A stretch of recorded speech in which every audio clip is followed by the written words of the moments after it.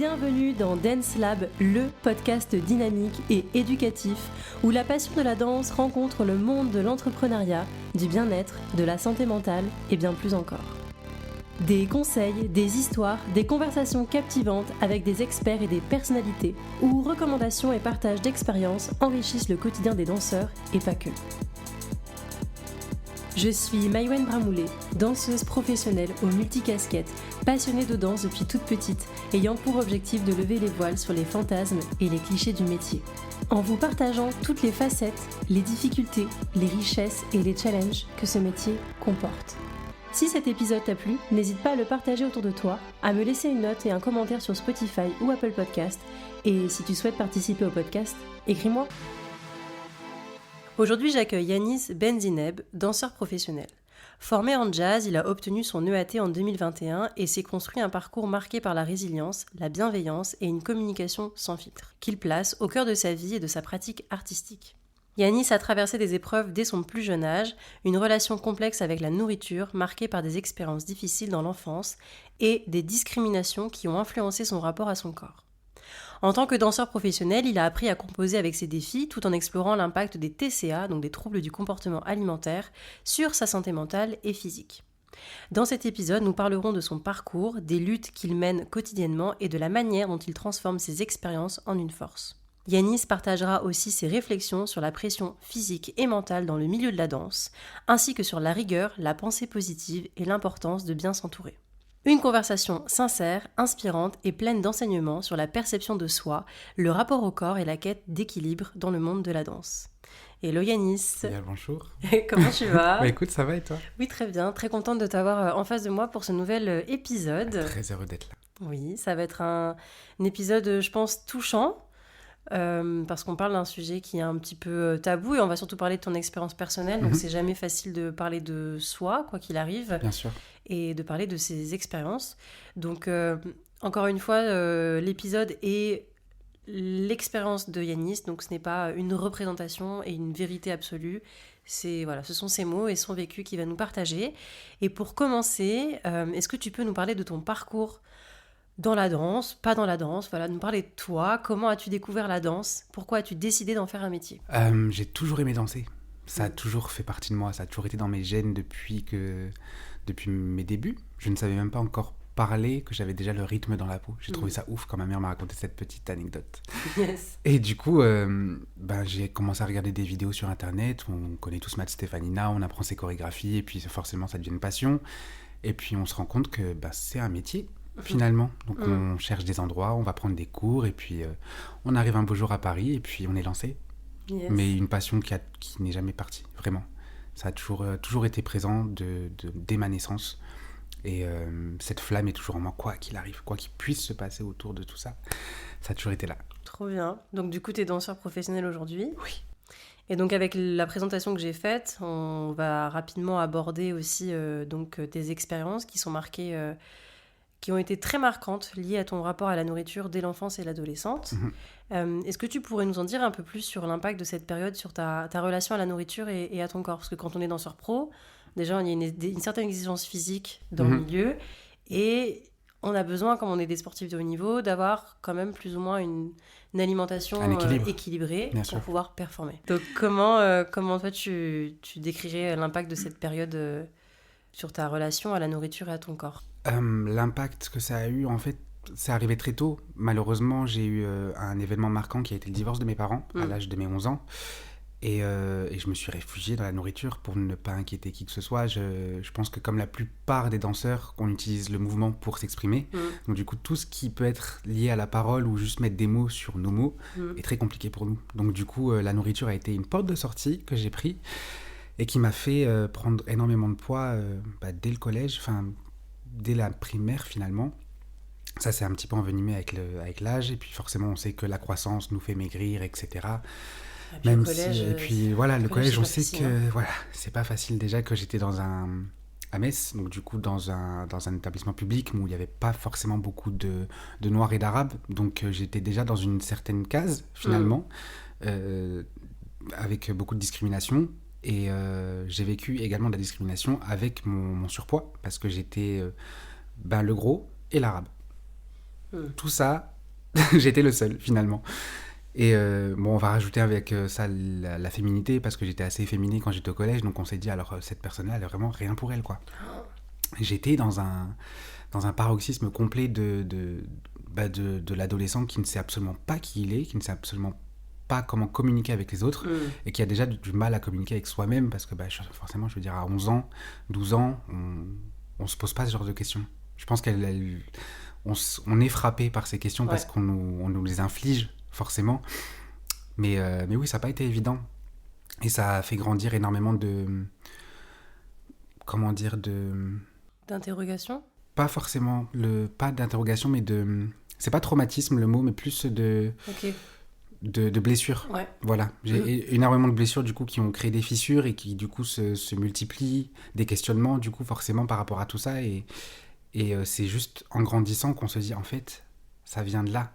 C'est à ce moment-là, et c'est parce que j'ai vécu ça, que j'ai ressenti ça, que je suis comme ça maintenant. Ok. Donc, en fait, c'est clairement pas à négliger. On peut pas minimiser notre vécu et notre passé. Complètement. Encore une fois, chacun a sa propre histoire. Il faut toujours vraiment revenir sur ce point-là. Et je sais que moi, personnellement, c'est cet événement-là qui m'a beaucoup affecté en termes d'émotions, et du coup, qui a impacté mon rapport à la nourriture, et mon corps, forcément, qui a changé, du coup, parce que j'avais même pas fini de grandir. Donc, en termes de croissance, qui a été complètement décalé, ça a joué tellement de choses... ça a joué sur tellement de choses et sur tellement de sujets que j'ai dû régler ça à un âge plus avancé. Dieu merci. Donc quand tu dis régler ça à un âge plus avancé, c'était plutôt au début de l'adulte ? Oui. Dans ta vingtaine ?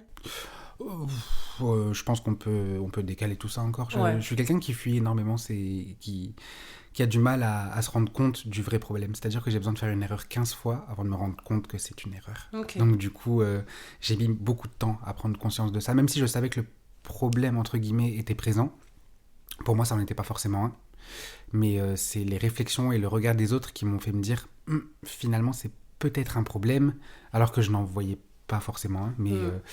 Mais voilà, encore une fois, c'est une réalité qui te rattrape et qui te dit la société est comme ça, donc... Ouais, c'est ce que j'allais dire. Voilà. C'est aussi les normes sociétales qui nous font croire qu'on n'est pas assez ou trop. Alors qu'on est juste nous, finalement. Nous. Et je raccrocherais ça aussi à la danse. Comment ces événements, ils ont influencé ton parcours en tant que danseur ? En termes de troubles du comportement alimentaire, tu veux dire, ou juste le rapport au corps ? Le rapport au corps, les troubles du comportement alimentaire, les deux. Alors, j'ai quand même vécu pas mal de mauvaises expériences par rapport à tout ça, parce que forcément, quand tu ne rentres pas dans une case prédéfinie, tu es un homme racisé, homosexuel, qui a des troubles du comportement alimentaire avec une morphologie assez différente de celle qu'on peut voir. T'as pas forcément de muscles, mais un petit peu, t'es quand même dessiné, t'es grand, mais pas trop. Donc, en fait, j'ai eu... beaucoup de refus, beaucoup de rejet, et au contraire beaucoup d'admiration. Donc du coup j'étais entre deux choses complètement éloignées, complètement, qui n'ont rien à voir. Et je me suis dit, il s'assume. Voilà. Et en même temps... pourquoi il s'assume ? Et pourquoi il s'assume ? Et en même temps, qu'est-ce qu'il fait là ? En même temps, je reçois des « Waouh, mais t'es magnifique !» Et d'autres fois, c'est « Ah, mais tu me dégoûtes !» Ah, waouh, c'est énorme. Les gars, je vous ai pas demandé un avis. Mais c'est ça, genre, qu'est-ce qui se passe ? J'essaie juste d'être la personne que je suis et que j'aspire à être, ou que j'aimerais avoir en face de moi, en fait, tout simplement. Je n'impose rien à personne et je ne veux pas qu'on m'impose quoi que ce soit. J'ai eu des réactions, des fois, en audition « Bon, les garçons, enlevez vos t-shirts. » J'enlève mon t-shirt, pas de mots, juste... Mais ouvertement, parce que je suis en train de te regarder. Je te vois, en fait, je suis là. Coucou. Donc du coup, ta réaction, je l'ai remarquée. Et puis, en plus de ça, tu aurais pu mettre des mots en « Ah, ça va pas être possible ». J'aurais préféré ça plutôt qu'un « Ouf, ça fait 2 fois plus mal ». Parce qu'en plus de ça, t'as pas su me dire que c'était la raison pour laquelle tu me refusais, finalement. Donc, des remises en question qui sont, du coup, forcément personnelles, parce que tu n'en parles pas. Et puis, comme rien n'a été... dévoilé au grand jour, on va dire, à ces moments, et c'est quelque chose que tu te prends en pleine face, mais interne. Et du coup, tu rentres avec ce bagage chez toi, tout seul, confronté devant ton miroir, et te dire « Je comprends pas parce que je m'apprécie, finalement. J'aime ce que je vois, mais j'ai l'impression que ce que je vois dans mon reflet n'est pas ce que je reflète à l'extérieur. » Donc du coup, c'est tellement paradoxal, tellement compliqué de se dire sur quoi je dois travailler, du coup, est-ce que je dois me forcer à plaire, ou est-ce que je dois rester moi-même, mais visiblement ça fonctionne pas. Donc qu'est-ce que je dois faire justement pour franchir ces étapes? C'est hyper compliqué. On sait que dans la danse il y a énormément de codes. Tout ce que je peux dire, c'est commencez par vous aimer, mais pas faire semblant de vous aimer. Aimez-vous vraiment, parce que ça fait vraiment toute la différence. Ça se sent et ça se voit dans la danse, ça se ressent, la confiance, on n'arrête pas d'en parler, on n'arrête pas de voir des podcasts par rapport à ça, et c'est trop important. C'est tellement important, rien que la posture est hyper importante, la façon de s'exprimer est hyper importante, la façon d'échanger, le respect, toutes ces choses-là nourrissent la danse et nourrissent l'art et l'artiste que tu es. Complètement. Voilà. Et à quel moment t'as senti que ton rapport à ton corps, il allait devenir un enjeu dans ta vie? Eh bien, par rapport à la visite médicale qui est imposée au collège, donc j'avais 11 ans. Ce qui est malheureux, c'est que c'est arrivé en même temps que le divorce de mes parents, donc j'avais déjà ce traumatisme à gérer. Et comme je l'ai dit, j'avais déjà vécu des discriminations avant ça. Donc du coup, mais je n'étais pas du tout au courant que c'était par rapport à cette morphologie. Pour moi, je me suis juste dit, ok, ils veulent pas s'amuser avec moi. Enfin, t'es un enfant, tu vois. Est-ce que je peux jouer avec toi? Non. Ok. Donc tu te prends ça, mais ça t'affecte pas forcément. Ok, bah, je vais jouer ailleurs ou je vais jouer tout seul. Enfin, je m'en fous. Et puis je suis arrivé à cette visite médicale et c'est l'infirmière du collège qui m'a dit oh, mais c'est pas compliqué d'avoir des seins à la place des pectoraux? Et quand je me suis pris cette phrase à 11 ans, mon corps a fait ça. Et j'ai grandi en camouflant ça et en cachant ça. Et toutes les personnes, encore à l'heure actuelle, me disent « Yanis, tiens-toi droit ». Donc, je pourrais être comme ça depuis le début de l'interview. Je suis là. J'ai travaillé sur moi, mais je ne suis pas encore ici. C'est un travail qui va être sur l'entièreté de ma vie, je pense, parce que j'ai toujours, du coup, cherché à me cacher, alors que j'ai beau faire tout ce que je veux, on me voit. Malgré moi, parce que c'est une très bonne chose et je vais pas du tout m'en plaindre, mais quand tu dis ça à un petit garçon, forcément il se rétracte. Et j'ai grandi en étant voûté dans mon petit cocon, dans mon petit en voulant encore une fois embêter personne, mais juste c'est vrai que c'est une réflexion qui est restée dans mon crâne. Et puis après quand mes cheveux ont poussé, c'est mais t'es une fille du coup, tous les stéréotypes finalement, oui, toutes les injonctions qui deviennent tu rentres pas dans une case, mais du coup, t'es différent, du coup, c'est forcément mauvais. Non, c'est une force. Ouais. La différence est une force, mais quand tu te prends toutes ces réflexions et qu'on te met face à la réalité de la société, bien sûr, tu le vois pas comme ça. De prime abord, tu le sens pas comme une force. Tu te dis, en fait, ok, la société est comme ça, on veut que je sois comme ça, et je suis comme ça. Qu'est-ce que je fais de ces informations? Comment je fais pour avancer avec tout ça? Je suis comme ça, est-ce que je veux changer? Certaines personnes veulent changer pour leur bien-être, bien sûr, avant toute chose. On va jamais changer pour les autres, de toute façon. Voilà. Venez, on parle clairement, on ne changera jamais pour personne ici. Point. Non, mais faut en parler. Bisous. Mais c'est vrai que, donc du coup, on décide de changer pour nous-mêmes. Et du coup, la société, forcément, après, va s'adapter à ça. En fait, on se rend compte qu'aujourd'hui, on s'ouvre de plus en plus à certaines choses, que ce soit les normes physiques ou mentales. Enfin, on évolue. On est à un degré et un niveau très lent, je trouve. Mais on évolue quand même. Donc, c'est quelque chose à ne pas négliger. Il faut toujours rester, comme on l'a dit, positif. Exactement. Penser positif, parce que le positif attire le positif. Attire le positif. Il ne faut absolument pas minimiser ce qu'on traverse. Exactement. Le passé c'est ce qui nous construit. Et ça fait partie de nous et ça fera toujours partie de nous. C'est-à-dire que nos traumatismes d'enfant peuvent être une force aujourd'hui. Ouais. J'ai fait la liaison carrément, t'as vu? Vrai français de Molière. Non, faut vraiment pas minimiser nos épreuves passées, puisque ça nous forge, ça nous construit, et c'est notre background finalement, c'est de là où on vient. Background. Complètement. Et puis quand t'as 11 ans aussi, tu t'as pas conscience de toutes ces différences. Non. Enfin, t'as pas conscience en fait que t'es une personne normale et pas différente. Enfin, puis à quel moment c'est la norme, à quel moment c'est quoi la différence, tu vois.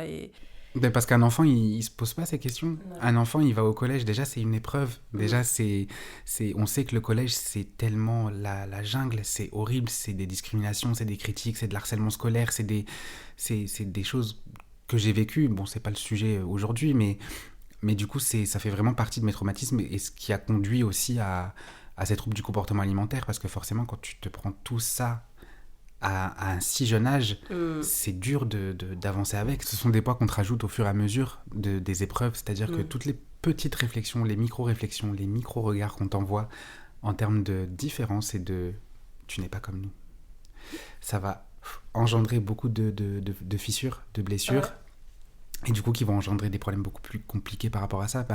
Les suicides, par exemple. Tu vois, c'est tellement triste de se dire que la majorité provient de là, des écoles, et à un si jeune âge. Comment à un si jeune âge tu peux vouloir en finir?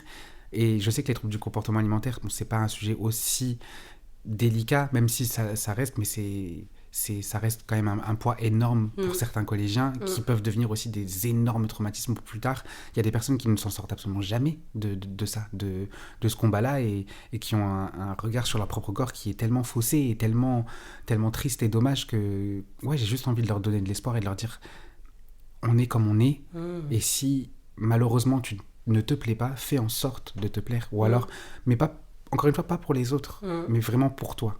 Vraiment pour toi. Le nombre de fois où j'ai rencontré des personnes qui étaient en obésité ou en anorexie et qui se plaisent comme ça, d'accord, ça peut être des maladies aussi, donc c'est un autre sujet, mais si tu te plais, qui va te dire ou qui va t'imposer de changer? Ouais. C'est pas comme ça que ça fonctionne. Occupe-toi de tes affaires et de ton corps, et je m'occupe des miennes et du mien. Notre corps nous appartient et on lui appartient également, je trouve. Complètement d'accord avec toi. Je vais revenir sur le côté danse, parce que du coup, quand on est danseur professionnel, on doit concilier quelque part une certaine exigence physique avec la danse. Quand je parle d'exigence physique, je parle pas d'exigence esthétique, mais je parle d'exigence physique en termes de performance. Donc, ce qu'on se disait en off, comment tu fais pour donner du carburant à ta voiture, entre guillemets, qui est notre outil de travail, donc notre corps. Donc, comment est-ce que toi, tu as concilié ces exigences physiques en termes de performance, d'alimentation, que demande la danse, avec les troubles du comportement alimentaire? Et voilà, comment ces deux aspects-là, ils interagissent entre eux? Ces deux aspects-là, ils sont assez en conflit. Je vais pas te mentir. Cette cette métaphore que tu as utilisée pour le carburant et l'essence, mon père me la répète sans arrêt. Quand je lui dis, papa, je suis fatigué, t'as mangé? Non. Bah, il te faut de l'essence pour démarrer ta voiture. Oui, papa. Mais pourquoi t'as pas mangé? Alors, pourquoi j'ai pas mangé? Je me rends compte que c'est pas évident.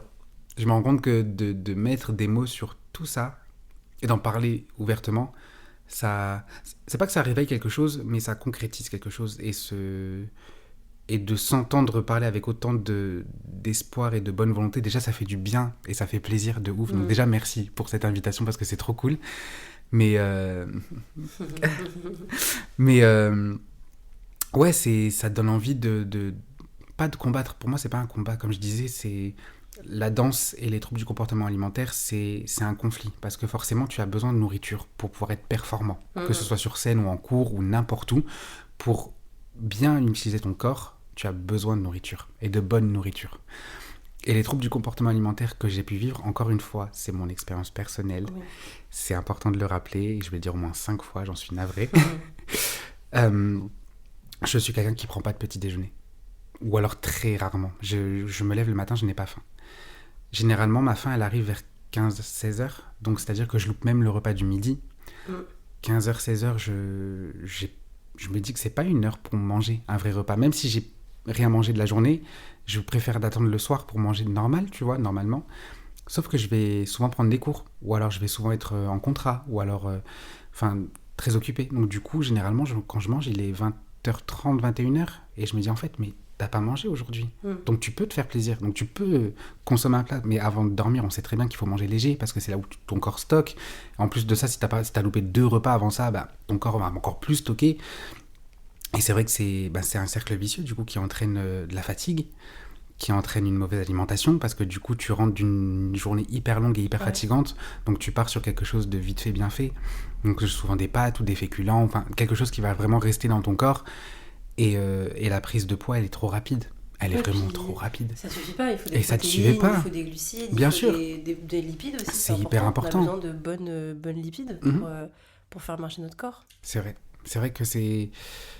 l'utilisation la consommation de la nourriture, en tout cas pour ma part, est très, très limitée. Parce que c'est paradoxal encore, mais j'adore cuisiner, mais pour les autres. C'est-à-dire que quand c'est pour moi, ça me fait... Non, j'ai pas envie de passer 3 heures au fourneau pour manger quelque chose en 5 minutes devant ma série. Ça me donne pas envie. Alors que passer 5 heures au fourneau pour une personne que j'invite à la maison, mais avec un immense plaisir. Mais parce que je pense que tu as associé la nourriture à... Il y a un biais certainement qui s'est créé. Je pense. Ouais. Et encore une fois, j'ai un rapport avec la nourriture compliqué parce que la prise de poids, je sais que j'ai une morphologie et un métabolisme qui réagit hyper vite. J'ai aussi eu des problèmes de santé par rapport à ça. Sans rentrer dans les détails, mais du coup, j'avais du mal à évacuer toute cette nourriture que je consommais. Donc, je pouvais perdre 5 kilos en une semaine, comme je pouvais en prendre 5, mais en 2 jours ou 3 jours. J'ai vraiment une réactivité corporelle qui est très rapide. Par exemple, si je vais manger un fast-food, me faire plaisir le soir, le lendemain matin, je le sais. Je le sens et je le vois. Et c'est ça qui est ouf. Si le soir, je me dis, j'ai pas très faim, ou c'est pas grave, c'est le soir, je mangerai un bon petit déjeuner, parce que bon, ça m'arrive quand même, on va pas se mentir. Mais je vais manger léger ce soir. Et je me réveille en étant bien, tu vois, pas lourd, pas... Et du coup, tu sais, j'ai des petits déclics comme ça qui me disent, mais pourquoi tu te sens bien ce matin alors que hier matin, t'étais mal? Ah, mais c'est peut-être la nourriture, peut-être la nuit que t'as passée. Mais du coup, c'est ce cercle vicieux qui se crée, du coup. Genre, c'est une mauvaise nuit, ok, j'ai pas faim. Tu t'es dans le noir, tu bois du noir, et puis forcément, tu vas soit compenser. Je sais qu'il y a des personnes, au contraire, moi, je suis quelqu'un qui rejette beaucoup. C'est-à-dire que mes troubles sont souvent associés à du rejet de nourriture, non pas à de la surconsommation, comme j'ai pu l'être avant. Mais du coup, c'est vraiment du rejet, et je sais qu'il y a des personnes, à contrario, c'est vraiment... Oula, il s'est passé ça, je vais avoir besoin de grignoter, il me faut du sucre, ou alors il me faut que je mange... Ah tiens, je passe devant une boulangerie, j'ai pas faim, mais peut-être que tout à l'heure, c'est ok, il n'y a pas de problème, on essaie de peut-être combler un vide ou un mal-être, ou alors juste de se dire, j'ai passé une mauvaise journée, j'ai pas envie de cuisiner, je m'offre un fast-food, je m'en fous. C'est ok, clairement c'est ok, je ne juge absolument pas. C'est ok, mais c'est vrai que du coup, quand on réanalyse ce que tu disais, t'as pas mangé le matin, t'as pas mangé le midi, et du coup le soir, ton seul carburant, c'est un peu comme si tu avais juste rempli le réservoir rouge pour le lendemain. Et en fait, ça suffit pas. Parce que dans ce fast-food-là, est-ce qu'il y aura assez de macros et de micronutriments pour la journée que tu viens de vivre et pour la journée qui va arriver le lendemain? Et c'est vrai que c'est pas facile, ouais. Bien sûr. Et c'est pour ça, pour répondre à ta question, c'est un conflit entre les deux. Ouais. En tant que danseur, du coup, ça emmène des blessures qui... Ouais. Ça va trop vite. Ah oui, tes tissus, ils ont pas assez. Ils ont pas assez. Mais tu peux te sentir performant et puis tu peux avoir de l'énergie. Ça n'a rien à voir, en fait. Et c'est ça où peut-être le mental peut prendre le dessus et se dire, j'ai pas mangé, mais j'ai pas forcément besoin de manger pour pouvoir réussir à être performant. D'accord. Mais fais attention à toi, encore une fois, parce que ton corps est ton outil de travail, je le répète. Et c'est trop important d'en prendre soin. Tu peux pas négliger un ou plusieurs repas. C'est très bizarre d'en parler, là. Je me rends compte que là, je suis en train de prendre conscience de tellement de choses en même temps. Wow. La séance de psychothérapie sera facturée 70 € à la fin. Alors, je rigole. On va boire un verre. Je rigole parce que tu me dis, ça fait bizarre d'en parler, mais t'es pas le premier à chaque fois quand tu viens parler derrière le micro de dire ah ouais, en fait, je mets des mots sur... Enfin, je conscientise ce que je vis, quoi. Ouais, je conscientise beaucoup et c'est horrible de se dire que tu donnes des conseils à des personnes mais sans les appliquer. Ma grande. C'est pas vraiment des conseils, c'est plus que là tu partages ton expérience pour l'instant. Donc c'est ok de partager son expérience sans forcément avoir totalement guéri. Oui. Je pense que c'est peut-être même les retours de cet épisode qui te permettront d'avancer. Je vais mettre du temps avant de regarder cet épisode, je pense. C'est normal. C'est normal. T'inquiète. Oui. Du coup, tu décrivais un peu ce cercle vicieux entre le manque de sommeil, la fatigue, les choix alimentaires et... Du coup, ça impacte ton bien-être général. Bien sûr. Et donc, comment aussi ces troubles du comportement alimentaire, ils ont pu influencer, quand on parle de bien-être, on parle aussi de confiance, comment ça a pu influencer ta confiance en toi et la perception de ton corps? Alors, mes troubles du comportement alimentaire, ils ont influencé déjà le rapport à mon corps avec la prise et la perte de poids. Je suis arrivé à un stade de ma vie où j'arrive un petit peu à stabiliser, à faire un entre-deux entre ça. Ouais. Et du coup, mon rapport à mon corps c'est compliqué. C'est compliqué, encore une fois, ça reste mon expérience personnelle, mais du coup, j'ai eu tellement de critiques ou de moqueries ou de discrimination par rapport à ça que du coup, je pense que mon rapport à mon corps vient surtout de ça. Oui. Vraiment principalement, après vient les troubles du comportement alimentaire et je pense que en fait tout ça est lié, tout ça est complètement lié. De toute façon, c'est ce que tu disais tout à l'heure, au début, toi tu t'aimais, tu t'appréciais. Oui, c'est ça. Parce qu'en fait, c'était... Enfin, tu t'aimais quoi, c'est le plus important. Et c'est vrai que quand t'as des personnes qui viennent pointer du doigt certaines choses alors qu'en fait Complètement. tu vas bien, c'est là qu'il commence à avoir un dérèglement, je pense, au niveau mental, et donc après ça a un impact sur le physique, etc. Encore une fois, l'école est méchante. L'école est vraiment méchante. Que ce soit le collège ou le lycée, je suis passé par des phases assez traumatisantes pour le coup, en termes de langage corporel et même, enfin, on va dire, de discrimination et bref, tout ce que j'ai pu vivre dans ces deux établissements m'ont fait grandir. Je prends une revanche vraiment à l'heure actuelle parce que je pense qu'il y a 10 ans, ou voire 15 ans en arrière, j'aurais jamais été capable de parler de moi de cette façon. C'est déjà un énorme step de se dire, ok, j'en suis ici à l'heure actuelle, de voir par quoi je suis passé. Certes, j'ai encore mes problèmes, mes traumas et des choses qui ne sont absolument pas réglées. C'est en cours. C'est en cours et je sais où je vais, je sais là où je veux aller aussi. Et c'est trop important. C'est trop important. Bah, la perception du corps, finalement, ce qui est dommage, c'est que c'est les autres qui m'ont beaucoup influencé sur ma perception personnelle, malheureusement. Ils ont réussi à me faire douter, finalement, parce que en plus de mes troubles du comportement alimentaire, j'avais ces réflexions sur juste l'apparence, juste ce que tu peux voir visuellement. Sauf que tu ne sais pas tout ce qui se passe derrière. Tu ne sais pas que tout ce que tu es en train de me dire ou tous les regards que tu m'as lancés, je vais emmagasiner et ça va me créer tous ces problèmes derrière. Je parle du collège, du lycée ou même après, c'est-à-dire que même en étant danseur professionnel, dans des auditions, ou même quand tu rentres dans une salle, ou quand tu te changes dans un vestiaire, ou il se passe tellement de choses, et même dans un micro-temps, tu vois quelqu'un qui te regarde, ou juste qui croise le regard d'un ami en mode waouh, les gars, vous vous rendez pas compte de l'impact que ça peut avoir sur une personne, parce que vous ne connaissez pas son vécu, vous connaissez pas son histoire, vous savez pas ce qui peut se passer dans sa tête. Je me suis rendu compte que j'avais encore des traumatismes par rapport à ça, parce que quand je vois, par exemple, je marche dans la rue, c'est tout con, je marche dans la rue et je vois un groupe de collégiens. J'ai 28 ans. Je vois un groupe de collégiens, je suis stressé. Et je me dis, on va me faire des réflexions. Alors que je ne suis absolument plus l'adolescent que j'ai pu être, tu vois. J'ai rien à craindre en plus de ces personnes. Et puis, genre, c'est 3 petits collégiens, 3 petits... je ne suis pas bien. J'ai encore ces traumatismes de me dire, on va me rejeter. On va me rejeter, encore une fois. Donc, je commence à être dans un stress. Et puis bah forcément, c'est quelque chose qui peut couper l'appétit, forcément. Si je vis énormément de choses comme ça dans une journée, je suis certain d'avoir un rapport avec la nourriture qui est catastrophique. Du coup, je vais essayer de me dire, ok, je vais y aller doucement. Ou au contraire, des fois, je vais avoir besoin de réconfort. Ça a jamais été... je rentre et je vais manger, et puis je vais prendre ma douche, et puis je vais dormir. J'ai pas ce truc-là dans ma tête en mode c'est une tâche au quotidien, en fait, tout simplement. C'est vraiment une épreuve de me dire ok, qu'est-ce que je vais manger ? Est-ce qu'il me faut des féculents ? Est-ce qu'il me faut des protéines ? Est-ce qu'il me faut des légumes ? Est-ce que j'ai ça chez moi ? Est-ce que je dois passer pour faire les courses ? Est-ce que c'est vraiment important que je fasse les courses ? Est-ce que j'ai suffisamment de choses dans mon appartement ? Toutes ces questions qu'une personne lambda qui n'a pas ces problèmes ne se pose pas, finalement. Moi, c'est vraiment... je me dis le parcours du combattant, en fait, de me dire qu'est-ce qu'on mange, alors que ce n'est qu'une phrase, c'est une simple phrase.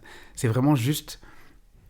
En plus, on sait tous que la nourriture, c'est un réconfort énorme. On va pas se mentir, on aime tous manger. On aime tous manger. Enfin, la nourriture, c'est bon, en plus, c'est bon de ouf, tu vois. Non, et puis c'est important pour le bon véhiculement. Oh, non. Le bon véhiculement, ça fait métaphore avec voiture, véhicule. Allez, on peut enchaîner. Le bon véhiculement de notre corps. Le bon véhiculement de notre corps. La boucle est bouclée sur la métaphore. Voilà, bisous. Non, je reviens sur le regard des autres. C'est vrai que des fois, tu vas avoir vraiment des regards malveillants de personnes qui ont un problème avec eux-mêmes, déjà, parce que déjà, ce que pensent les autres de toi, encore une fois, je le dis, je le répète, c'est pas ton problème. Et puis, tu vas avoir des regards qui sont sans jugement, mais comme toi, t'es tellement impacté par ça, qu'en fait, dans ta tête, ça va te tourbillonner, quoi. Ça va te créer des choses et ça te ramène à des traumas, comme tu dis, à des blessures, à des failles des cicatrices que tu essayes de refermer, de guérir. On peut pas faire disparaître ces cicatrices, mais que tu essaies d'accepter. Ouais. Et c'est vrai que c'est pas facile quand tu vois ces regards de jugement ou de non-jugement, ça ramène forcément quelque part. Et c'est horrible parce que des fois, ça n'a aucun rapport. Ouais. Ça n'a rien à voir. Et juste, tu ressens cette chose et il faut juste essayer de se dire, en fait, ça ne me concerne pas. Et c'est... Ne te prends pas la tête avec ça, parce que de toute façon, tu ne sauras pas le pourquoi du comment. Qu'est-ce qui s'est passé? Il y a eu un regard, ok. Peut-être que la personne, elle est comme ça naturellement. Peut-être qu'elle a juste un visage fermé. Tu as croisé son regard, ça s'arrête là, fin de l'histoire. Pourquoi moi, est-ce que derrière, je vais me prendre la tête à me dire, ah, elle m'a mal regardé, peut-être qu'elle juge ma façon de m'habiller, peut-être que, attends, je suis trop gros, peut-être que mes bourrelets, peut-être que... Mais non, on n'est pas là pour ça. De toute façon, déjà qu'on fait un métier qui est super compliqué, qu'on est tout le temps dans la comparaison alors qu'on sait qu'on ne doit pas l'être. On l'est tous un jour ou l'autre, mais venez, on essaye juste de diffuser de l'amour et de... Enfin, je sais qu'on n'est pas dans un monde de bisounours, loin de là. Mais venez, on est bienveillants les uns avec les autres. Encore une fois, personne n'a le même parcours, on n'a pas le même passé, on n'a pas la même situation, que ce soit familiale, financière, rien. On n'a rien en commun, rien, ni personne n'a quoi que ce soit en commun avec qui que ce soit. Bien sûr, mais tu dis on n'est pas dans un monde de bisounours, mais moi je pense qu'on se crée le monde dans lequel on a envie d'être. Bien sûr. Donc si on a envie de croire qu'on est dans un monde de bisounours, bah croyons-le. Voilà. Non mais c'est vrai. Mais oui. Parce que du coup, ta pensée, ce que tu vas penser, ce que tu vas dégager, tu vas l'attirer. Donc si tu as envie d'avoir un entourage bienveillant, crois que tu es dans un monde de bisounours. Je suis complètement d'accord. Et comme ça, le tri se fera naturellement. Mais bon. Bien sûr. Il y a encore penser, comprendre, conscientiser, faire, agir, ressentir, faire des réalités. Et assimiler tout ça en même temps. L'humain, quoi. Et après, vous faites tout ça à gauche. Pour les non-danseurs qui écoutent, voilà. Généralement, quand on fait un exercice, on le fait à droite et ensuite on le fait à gauche. C'est un peu une private joke de danseur. I'm sorry. Je reviens un peu sur des ressentis. Est-ce que tu as déjà ressenti, enfin, est-ce que... Oui, parce qu'on en parle depuis le début de l'épisode, on en a parlé en off, mais de la pression, de la discrimination concernant ton apparence physique et ou ta condition physique. Complètement. Je sais que tu m'as donné des anecdotes en privé. Est-ce que tu as envie d'en parler? Voilà, je te laisse... Alors oui, le rapport à mon corps a été très compliqué. J'ai dû être confronté à une monodiète qu'on m'a imposée, du coup, à un certain moment de ma vie, qui a été assez radicale en soi, parce que j'ai quand même perdu 6 kilos à peu près en une semaine. Ça devenait... oui, c'est énorme, c'est vraiment énorme. Et j'étais vraiment en train de faire un régime. J'étais encore en croissance, déjà, il faut le savoir. Donc, je perdais du poids naturellement.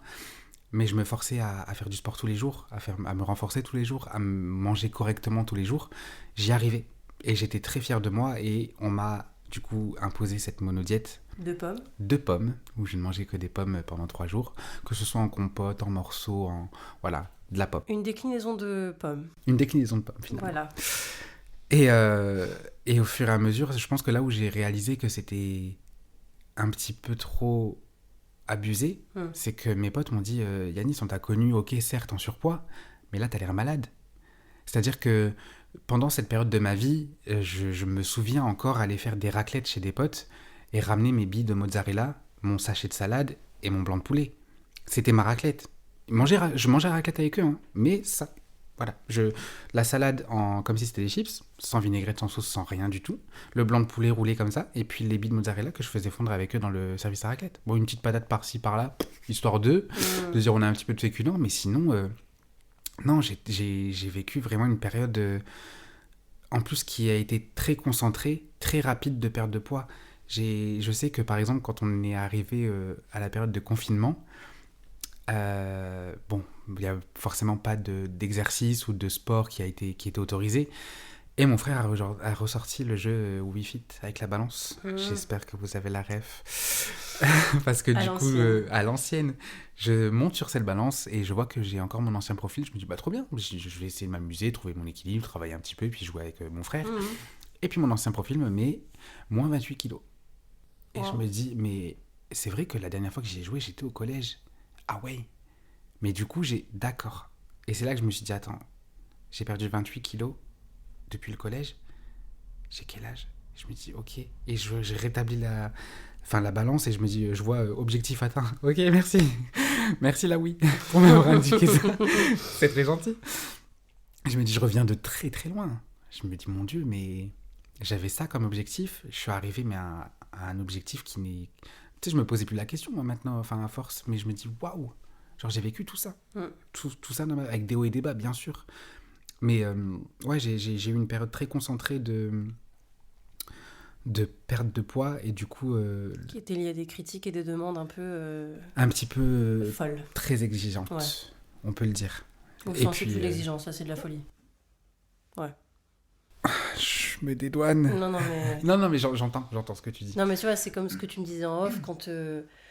par rapport aux 100 grammes, que t'as pas réussi un saut parce que du coup t'avais pris 100 grammes. Oui. Enfin, Oui. en fait, qui dit Bah, ça? qui dit ça? Déjà, premièrement, et je me suis dit, en fait, il y a aussi ce truc de ce relation prof-élève où tu as envie de booster ou de donner plus de confiance ou essayer de motiver la personne. Et je sais que, des fois, dans certains cas, encore une fois, entre parenthèses, parce que je mets pas tout le monde dans le même bateau, ça va être la façon de teacher de certaines personnes parce qu'ils ont eu cette façon de teacher eux. C'est-à-dire qu'ils ont eu tellement d'exigences et de critiques que du coup ça les a motivés, ils étaient en mode je suis au-dessus de tout ça. Sauf qu'on est dans une ère où ça se passe plus comme ça. Non, Genre plus du tout. ça n'aurait Donc, jamais dû se passer comme ça. Et ça n'aurait jamais dû se passer comme ça. Ouais. Mais Je reviens du coup, oui, sur ce qu'on se disait, les pressions, les discriminations que tu as pu avoir. Comment tu le vis toi maintenant? comment je le vis? Par période. C'est-à-dire que à l'heure actuelle, je suis très fier de ce que je suis devenu. Clairement, quand je me regarde dans le miroir, c'est une fierté. Je suis passé de la personne qui dégoûte à la personne qu'on envie, sans que je me rende compte de quoi que ce soit. Je suis passé de la personne la plus repoussante des deux établissements confondus à la personne qu'on désire. Et en fait, sans comprendre. Tu vois, moi, je me vois toujours comme cette personne...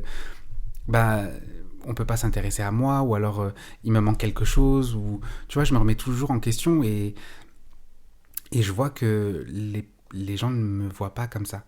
Donc c'est aussi une fierté et quelque chose qui fait plaisir de savoir que j'ai peut-être pas la bonne perception de moi-même finalement. Et on est toujours très exigeant avec nous-mêmes, c'est un fait. Mais c'est vrai qu'à l'heure actuelle, je suis dans un paradoxe entre certains moments où j'ai des petits pop-up comme ça dans mon crâne en mode ouf, tu te souviens de ce qui s'est passé? Mais tu vois, je suis allongé dans mon lit, je regarde ma série. Hein. Tu te souviens au collège? Il t'avait dit ça? Tu te souviens qu'au lycée, on t'avait fait cette réflexion-là? Tu te souviens qu'on t'avait tabassé à cette époque? Ou tu te souviens que... Waouh, c'est trop de traumatismes que j'ai accepté à l'heure actuelle. J'ai vraiment accepté tout ça et j'ai aucune rancœur, aucune haine envers qui que ce soit, vraiment loin de là. J'ai pas le temps pour ça et j'ai pas l'énergie pour ça. Je me concentre vraiment sur moi. Mais c'est vrai que je peux vivre des journées de me dire ah ouais, c'était pas évident.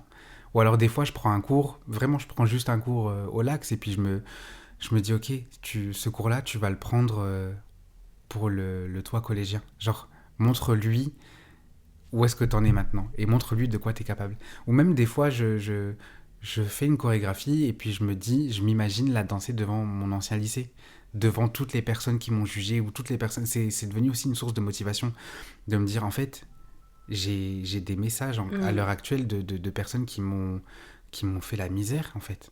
Tu sais, je suis vraiment fier de ce que t'es devenu. Ah ouais?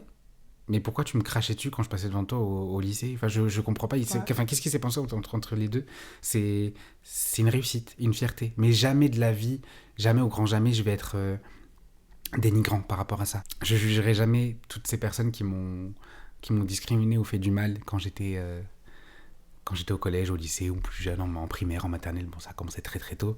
Mais je jugerai jamais personne parce que je pense que c'est aussi peut-être des fois des personnes qui étaient mal ou qui vivaient des choses traumatisantes dans leur propre foyer ou même ailleurs. Donc je serai jamais dénigrant envers ces personnes en mode ah mais tu te souviens? Ah, est-ce que tu te souviens de ce que tu m'as fait vivre? Pas du tout. J'ai toujours accueilli les messages et ça m'a fait... c'est comme un pansement, tu vois, qu'on me mettait. Comme si la plaie était guérie et la personne vient s'excuser avec un message qui n'est pas forcément un message d'excuse, mais c'est comme ça que je le prends, tu vois. Et puis elle pose un petit pansement sur mon corps en me disant voilà, je vois ce que tu deviens et j'approuve à 1000%. Et pour moi, il y a toujours un message caché de culpabilité et je demanderai jamais à ces personnes de mettre des mots sur ça parce que je ne cherche pas les excuses, je ne cherche pas de compensation, tu vois, genre je prends le message, je le reçois et c'est quelque chose qui me fait sourire et qui me fait plaisir sur le moment et je me dis bon on n'est pas ensemble parce que du coup c'est quand même quelque chose que j'oublierai jamais et quelque chose qui m'a fait énormément de mal et qui est encore présent dans mon esprit à l'heure actuelle mais que j'ai tellement accepté et assimilé que je me dis c'est pas un poids c'est juste mon histoire. Ouais. Genre, c'est un livre que je peux reprendre et relire avec grand plaisir et me dire, t'as traversé ça quand même, mais t'en es là aujourd'hui. Donc c'est une force, c'est vraiment une force énorme qui peut être aussi déstabilisante à certains moments, à certains cours, de se dire waouh, c'est vrai que si j'avais pas eu tous ces traumatismes et toute cette discrimination, toute cette haine que je me suis mangée, peut-être que j'aurais pu être plus performant ou que j'aurais pu vivre d'autres choses ou peut-être que je me serais refusé moins de choses aussi. Et du coup, c'est quelque chose que j'apprends encore à l'heure actuelle à essayer d'effacer. J'ai pas envie de me concentrer sur « et si », j'ai envie de me concentrer sur « va là-bas ». Genre, regarde tout droit, fixe-toi des petits objectifs, même si c'est journalier. Aujourd'hui, je vais me lever, faire mon ménage, mes petites courses. Je suis fatigué, je vais regarder une série. C'est tout. C'est tout. S'écouter, voilà. Écouter ton corps et ton esprit. Et là, on parle aussi, tu vois, tu dis que tu as évolué, que tu as réussi un peu à te sortir de ça, même si le process, finalement, il continue. Et c'est comme le développement personnel, c'est le développement d'une vie. Et c'est personnel. Dans ce processus-là, est-ce qu'il y a des ressources ou des soutiens quels soutiens t'ont aidé à gérer ces troubles en parallèle de ta carrière ? Est-ce que tes proches t'ont aidé ? Quel rôle a joué ton entourage dans ces moments sensibles ? Eh bien, écoutez, c'est une révélation que je fais à l'heure actuelle parce que je pense que personne n'est vraiment au courant du combat que je mène au quotidien. Je pense que c'est quelque chose que j'ai, malgré ce que j'ai pu dire avant, minimisé dans le passé. Et en fait, c'est pour moi quelque chose qui fait partie de moi. Ça fait vraiment partie de ma vie de me dire, ok, en fait, c'est comme quelqu'un qui doit gérer sa colère ou quelqu'un qui doit gérer sa tristesse ou quelqu'un qui, juste gérer ses émotions. Je dois gérer ce point noir, on va dire, de ma vie. Donc, je le prends pas comme une chose négative. Je l'ai vraiment tourné dans un écoute-toi. Encore une fois, genre vraiment, écoute-toi de quoi tu as besoin. Qu'est-ce qui s'est passé dans ta vie ? Comment as-tu vécu ta journée ? Et surtout, de quoi tu as besoin ? Vraiment, de quoi tu as besoin ? Est-ce que tu veux manger ? Est-ce que tu as envie de te faire plaisir ? Et encore une fois, c'est uniquement propre à mon histoire et à moi-même. Je vais pas inciter les personnes à faire comme moi pour m'en sortir. Il y a vraiment zéro traitement, zéro médicament. C'est vraiment propre à chacun. Chacun a son histoire, chacun a son rapport avec la nourriture ou à son rapport avec le monde, finalement, et à son corps et à tout ça. Je sais que moi, ce qui m'aide, c'est la pensée positive, toujours, la bienveillance. Et en fait, mine de rien, mes proches m'aident quand je les vois juste heureux.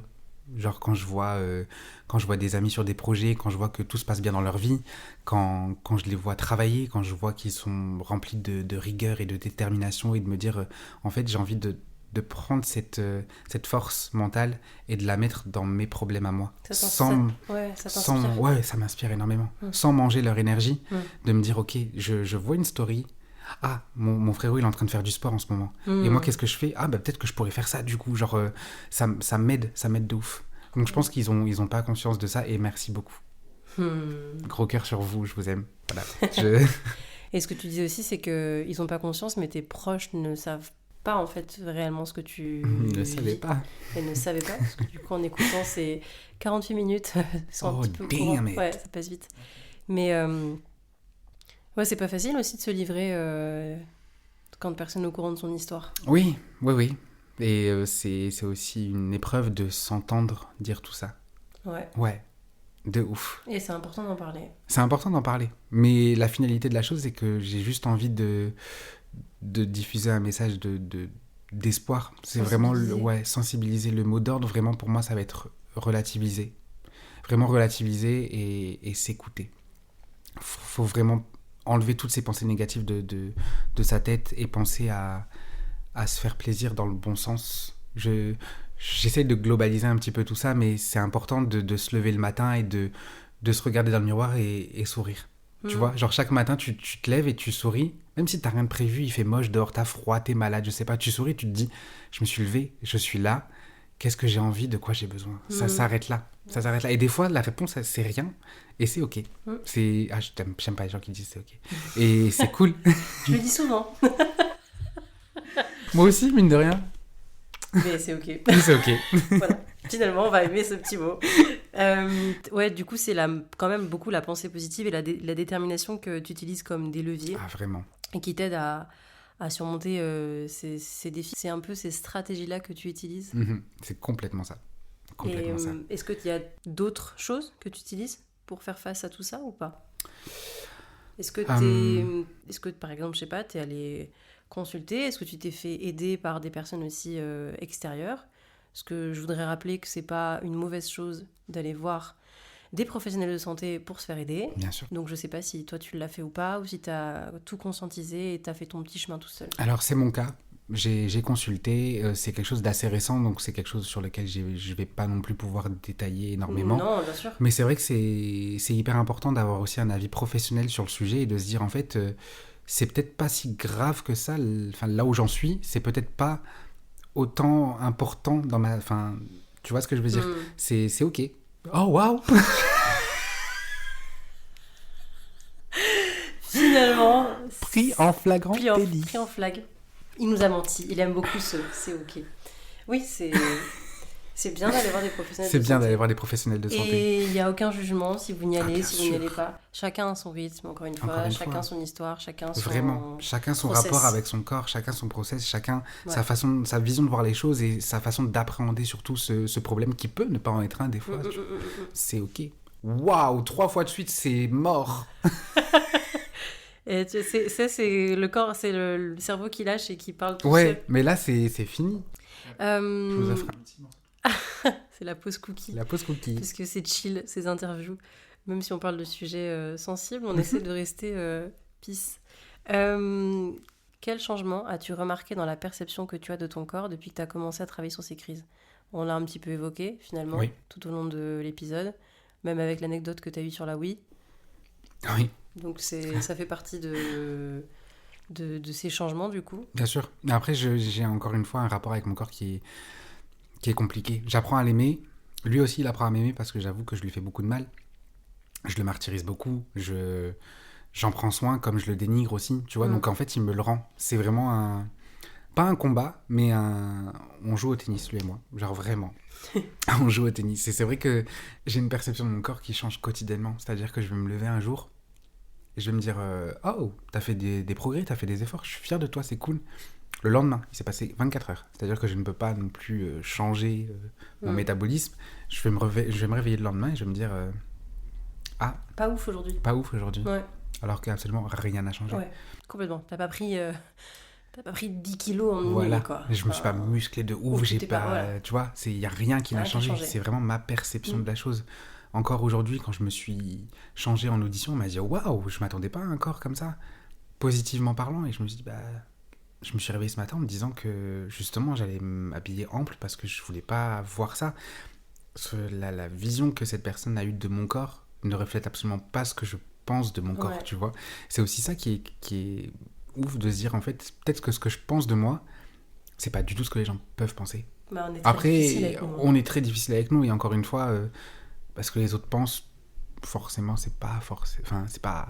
Ça nous appartient pas. Ça nous appartient pas, et puis c'est pas le plus important, surtout. C'est-à-dire, tu peux penser ce que tu veux, je suis comme je suis, finalement. C'est pas le plus important, mais c'est vrai que quand on a grandi avec cette perception qu'ont les autres de nous, et où ils ont réussi à mettre un doigt dans nos failles et dans nos cicatrices, forcément qu'à un moment donné, oui, ça a de l'importance. Ça a de l'importance. Malgré nous, alors que ça devrait pas en avoir. C'est ça. Et dans la danse... Tu m'enlèves les mots de la bouche. Pourtant, je n'aime pas couper mes invités. Et dans la danse, aujourd'hui, tu sens qu'il y a encore des réflexions, des regards ou quoi que ce soit ? Je sens qu'il y en a encore, oui, énormément, mais c'est quelque chose qui m'affecte beaucoup moins. Ouais. J'y prête beaucoup moins attention, c'est-à-dire qu'à certaines auditions à l'époque, quand j'en faisais, je me disais mais en fait, pourquoi je suis pas pris ? C'est peut-être mon corps, c'est peut-être... Et à l'heure actuelle, c'est vraiment peut-être que c'est le physique. Tu vois, ce truc de ma gueule elle leur est pas venue, ou alors peut-être que je suis trop blanc. Bon, là je suis brosé parce que je reviens d'Égypte. Ceux qui juste entendent l'épisode, vous ne le verrez pas, mais oui, il est bronzé. En plein mois de décembre. J'ai eu le seum quand je lui ai ouvert la porte. Écoutez. Oui, après c'est ça, c'est qu'encore une fois, ça peut être une question de direction artistique. C'est-à-dire que c'est un exemple que je donne tout bidon, mais si demain on veut des blondes et que moi je vais à une audition et que je suis brune, c'est ça. À un moment donné, je vais pas me mettre dans un coin et me mettre à pleurer parce que non, c'est juste que je ne corresponds pas. C'est ça. Et il faut aussi savoir être capable de se dire Non, ne viens pas overthinker, te dire mince, peut-être que j'aurais pu leur proposer. Non, en fait, tu ne corresponds pas. Et c'est tout. Ça. Et ce n'est rien contre toi. Et je pense qu'une fois que tu as compris ça, tu vas beaucoup mieux. Clairement. Mais tu Et prends on va beaucoup moins la beaucoup mieux. tête. Tu te prends prends beaucoup moins la moins la tête. tête. Tu repars d'une audition et tu te dis oh, je l'ai bien senti. Bon, ça l'a pas fait, mais je l'ai bien senti. Et puis tu rentres bien et puis tu continues ta journée comme si de rien n'était. Plutôt que de te dire oh, waouh, mais pourquoi? Et non, avec les si, on refait le monde et ça ne sert absolument de rien de refaire le monde. Viens, on se concentre déjà sur ce qu'on a. Parce qu'il y a déjà tellement de choses à gérer. On va pas commencer à se prendre la tête pour des choses qui auraient pu ou qui ont potentiellement... Non. On n'a pas l'énergie pour ça, on n'a pas le temps pour ça. Viens, on se concentre sur le concret, sur le moment présent. Toujours entouré de bienveillance. Très important. Et tu saupoudres de bonne volonté. Yes. Et ne pas oublier que ce n'est pas parce qu'on n'est pas pris qu'on n'a pas appris. Et qu'on est un mauvais danseur. Exactement. Ou un mauvais artiste. De toute façon, pour moi, ça n'existe pas. On est tous là où on est. Je pense que si on fait tous ce métier, c'est par passion. On va clairement pas faire ça pour l'argent. On va pas se mentir. Si, il faut que... Non, bien sûr. s'affirmer. Mais c'est pas notre motivation première. Je veux dire, on s'est pas levé un matin en mode je vais faire ça parce que ça paye. Non. Enfin, oui, mais non. Oui, mais non. Oui, Tu vois ce que je veux dire? C'est ok. Je pense que c'est ok. C'est la passion est notre carburant. On revient à la voiture. Mais... Incroyable. Mais incroyable. Non, c'est dingue ce qui se passe. Ouais. Non, mais c'est vrai, la passion, c'est le levier pour réussir, pour levier avancer. de vitesse. Le levier de vitesse. Allez, je pense qu'on va arriver sur la conclusion parce que... Ça part dans tous les sens. On ne sait plus quelle émotion mettre sur cet épisode entre... Bon, on est bienveillant. J'adore ce mot. Oh là là, j'adore ce mot. Ouais, alors attention, moi je mets un bémol sur ce mot parce que je trouve qu'il y a beaucoup de personnes qui l'utilisent en n'ayant pas conscience de ce que c'est que la bienveillance, la vraie bienveillance. Ça a été un mot qui a été beaucoup à la mode et qui l'est encore, où on l'entend à tout bout de champ et des fois je me dis, mais les gars, tu l'emploies, mais le comportement que tu as ne va pas avec. Donc, ayez des actions qui vont avec vos mots. Complètement. Aussi. Par pitié. Voilà. Complètement. Et pour tous les mots. Hein. Comme ça va et vous pour aider, tous les mots. Ça nous aide à avancer aussi. Et ne négligez absolument pas la puissance des mots. Ouais, très important. De fou. Manifestez positivement, mais ne négligez pas ça. On parle de manifestation, pour moi on parle un peu d'objectifs aussi. Quels sont tes objectifs pour l'avenir concernant ta relation à la nourriture et à ton corps? Si t'en as, ça se trouve t'en as pas du tout. Et comment tu envisages de poursuivre ces moments que tu perçois un peu comme un combat au quotidien? Je mets des guillemets autour de combat. Je pense que je vais répondre à ces deux questions en même temps, c'est-à-dire relativiser et surtout m'écouter comme j'ai pu le dire, tu vois. Si à certains moments j'ai envie de me faire plaisir, je me fais plaisir. Si à certains moments j'ai pas faim, je ne me forcerai pas à manger. C'est encore une fois, je le répéterai jamais assez, ma façon de gérer ce problème. Je vous demanderai de ne pas me juger par rapport à ça. Si j'ai envie de sauter des repas, je sais que c'est quelque chose qu'on ne doit pas faire. Et je sais qu'à certains moments, j'arrive à me dire, bon, attends, t'as une longue journée, t'as pas faim, essaye quand même de manger un petit quelque chose, genre quelque chose qui va rester sur ton corps ou qui va t'apporter assez de ressources pour pouvoir affronter justement cette journée, tu vois. Mais j'ai pas envie de continuer à me brider, à essayer de compenser. Ah bah là, t'as mangé un peu trop, donc demain, tu vas réduire. Non, essaye de juste écouter ce que ton corps a besoin. Écoutez-vous. Et en fait, votre corps vous le rendra, en fait. C'est un échange. C'est vraiment un échange. Et c'est je pense, le plus difficile à comprendre dans ce problème. Yes. Ouais. De toute façon, le plus important, je pense que c'est d'avoir un rapport le plus sain possible et le moins néfaste possible avec la nourriture ou d'autres choses. Et avec soi-même, surtout dans sa globalité, finalement. Complètement. Écoute, Yanis, l'épisode touche bientôt à sa fin. Waouh, je suis triste. Ça passe très vite. Oui. Si tu pouvais changer une chose dans la manière dont le milieu de la danse aborde les questions de santé physique et mentale, quelle serait-elle? Waouh. C'est une énorme question. Je dirais déjà se concentrer sur soi dans un premier temps avant de je sais pas comment exprimer ça, mais encore une fois c'est quelque chose de personnel, mais c'est vrai que j'aimerais un monde ou un milieu dans la danse où il n'y ait pas de jugement. C'est-à-dire tu peux ne pas convenir, mais t'es pas obligé d'imposer quelque chose. C'est-à-dire que je me présente en tant qu'individu, en tant qu'artiste ou en tant que quoi que ce soit, je ne te demande pas de juger qui je suis, je te demande de savoir si je suis potentiellement accepté ou pas pour le projet auquel je postule. Ça s'arrête là. J'aspire vraiment à arriver à ça un jour, de me dire, j'arrive dans une salle où, ok, on est peut-être tous différents, ou alors on est peut-être tous pareils, c'est d'accord. Qu'est-ce qui va faire que? Et j'ai plus envie de ressentir cette frustration quand je rentre chez moi, de me dire, waouh, il y a eu une ambiance, mais tellement pesante, ça m'a tellement pris mon énergie, et je l'ai mal vécu. Comment est-ce que c'est possible qu'à l'heure actuelle, on donne de notre temps et de notre personne pour arriver dans des situations qui nous mettent mal à l'aise. C'est quelque chose qui me dépasse. Vraiment, ça me dépasse. Donc forcément, on utilise des techniques de protection personnelle et de se dire, ok, je vais à tel endroit, je sais comment ça se passe parce que j'ai déjà eu des expériences ou pas, où on m'en a déjà parlé, où j'ai entendu parler. Donc du coup, tu rentres dans une bulle et ça devient après du chacun pour soi, alors qu'on oublie que c'est du partage avant tout. Qu'on est des êtres humains avant d'être des danseurs, qu'on est des personnes avant d'être des artistes, même si c'est un packaging, c'est vraiment un tout. Mais on est tout ça à la fois. On peut être un père de famille, une sœur, un frère, un oncle, un cousin, je sais pas.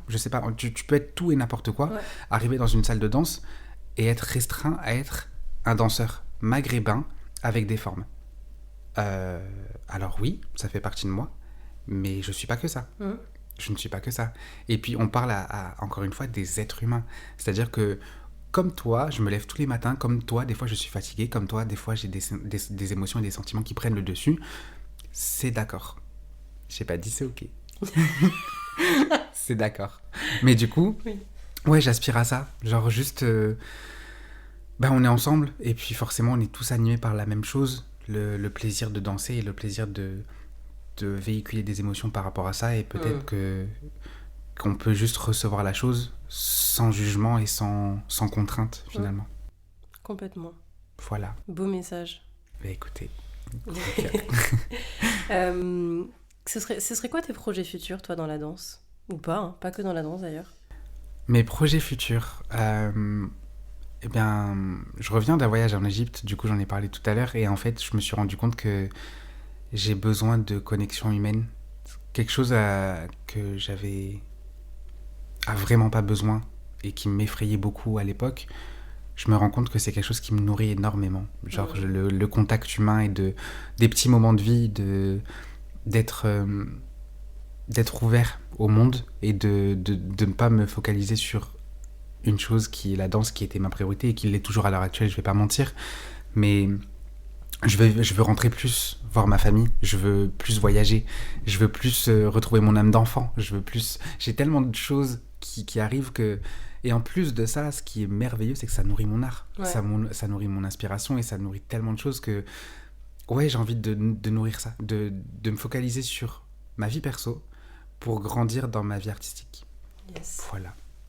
Très bien. Et avant de clôturer l'épisode, et parce qu'à la fin de l'épisode, il y a un petit jeu, donc avant de finir par ce petit jeu, quel message tu souhaiterais transmettre aux danseurs, aux danseuses, peu importe, à n'importe quelle personne qui écoutera cet épisode, qui luttent avec leur rapport au corps ou à la nourriture, ou qui ont pu vivre des expériences similaires? Voilà, quel message tu souhaiterais transmettre? Encore une fois, c'est énorme comme question. Tout ce que je pourrais vous dire, tout ce que j'aimerais vous dire, c'est aimez-vous. Vraiment, aimez-vous. Essayez de vous écouter le plus possible. C'est-à-dire d'apprendre à vous aimer. Je sais que c'est le combat d'une vie pour certaines personnes, et je sais que certaines personnes n'y arrivent malheureusement pas. Mais apprenez à apprécier votre propre compagnie. Devenez votre propre meilleur ami. Et la vie sera complètement différente, en fait. Genre, ouvrez-vous aux autres, mais avant de vous ouvrir aux autres, ouvrez-vous à vous-même. C'est-à-dire, ne minimisez pas vos expériences, accueillez en fait tout ce qui se passe à l'intérieur de vous, parce que ça va jouer sur vos humeurs, ça va jouer sur comment ça se passe votre journée. Après, ça se transforme en semaines, en mois, en années, ça va tellement vite. En fait, on n'a pas le temps de laisser ces troubles du comportement alimentaire influencer à ce point-là notre vie. Même si c'est quelque chose qui est quotidien, et quelque chose qui peut être très fort pour les gens, pour certaines personnes, dans certains cas, j'ai envie de vous dire, ne minimisez pas la chose, mais prenez conscience et surtout, après avoir pris conscience, qu'est-ce qu'on peut faire Ouais. pour aller mieux. Toujours avec des pensées positives et se dire, bon, bah, je vais m'apporter les clés à moi-même pour me guérir et pour aller mieux. Enfin, guérir, entre gros guillemets, bien sûr. Mais ouais, c'est important. En fait, on est notre propre médecin à ce moment-là. De se dire, bah, j'ai ma carte bleue, j'ai mon petit supermarché en bas, et puis, bah, je vais me faire plaisir. Dans le bon sens. Je vais bien me faire plaisir. Ou pas, en fait, forcément. Mais juste, Je vais prendre s'écouter. soin de moi. Voilà. Je vais Prendre soin de soi. Ouais. Prendre soin de soi. Ok, bah merci beaucoup Yanis Merci à toi. Merci à toi. pour ces petits mots de fin. On va finir par le Fast and Curious. Donc je le répète, je n'ai rien inventé, ça existe déjà. J'ai trouvé l'idée qui a déjà été reprise par plusieurs personnes sympas et on ne l'avait pas encore fait dans le milieu de la danse, donc let's go. Le principe c'est de répondre le plus rapidement possible à des propositions de questions. Je suis stressé. Je suis stressé. Le gars était plus stressé de parler de ça que de sa vie. J'adore. C'est faux, c'est faux. Ok, t'es prêt ? Je le suis. Ok, improvisation ou chorégraphie ? Chorégraphie. Studio ou scène ? Oh, damn. Est-ce qu'on peut reprendre le... Non. Parce que je crois que j'ai envie de dire improvisation sur le premier. Waouh, c'est tellement différent que... C'est dur, hein ? Ouais, c'est très dur. Ça, ce sera pas coupé. Ok, voilà, c'est lancé. Studio ou scène, du coup ? Studio ou scène ? Scène, Jazz ou hip-hop ? hip-hop, Repas maison ou fast-food ? repas maison, Matinée productive ou grasse matinée ? grasse matinée. Danser en solo ou en groupe ? En solo, Force ou souplesse ? force, Discipline stricte ou lâcher prise ? lâcher prise, Partager ou garder pour soi ? partager, Passé ou futur ? futur, Corps ou esprit ? les deux. Ah, t'as utilisé ton joker. Mental ou physique ? Mental, Se relever ou lâcher prise ? se relever. Voilà, c'est tout. Waouh. Comment va le palpitant ? En panique. Tension 18-6. Allez. Voilà, bah merci beaucoup Yanis pour à toi, encore une fois. ce moment. Merci de t'être livré à nous, de t'être livré à moi-même aussi en off, parce que ça demande de la préparation. Bien sûr. Un épisode, quoi qu'il arrive, ça demande de la préparation, mais quand on doit parler de soi, il faut aussi être en confiance, etc. Et donc, il faut se livrer. Et donc, merci de t'être livré à moi et à nous. J'espère que voilà, ça pourra aider certaines personnes. J'espère aussi. Dans le bon sens, d'avoir des déclics, d'avancer, de prendre soin de soi. Voilà, toutes les choses positives dont on parle depuis tout à l'heure aussi. Merci à toi Yanis, je te souhaite le meilleur. Et également, finalement. Merci beaucoup. Merci à toi. À bientôt. Gros bisous. Bye bye.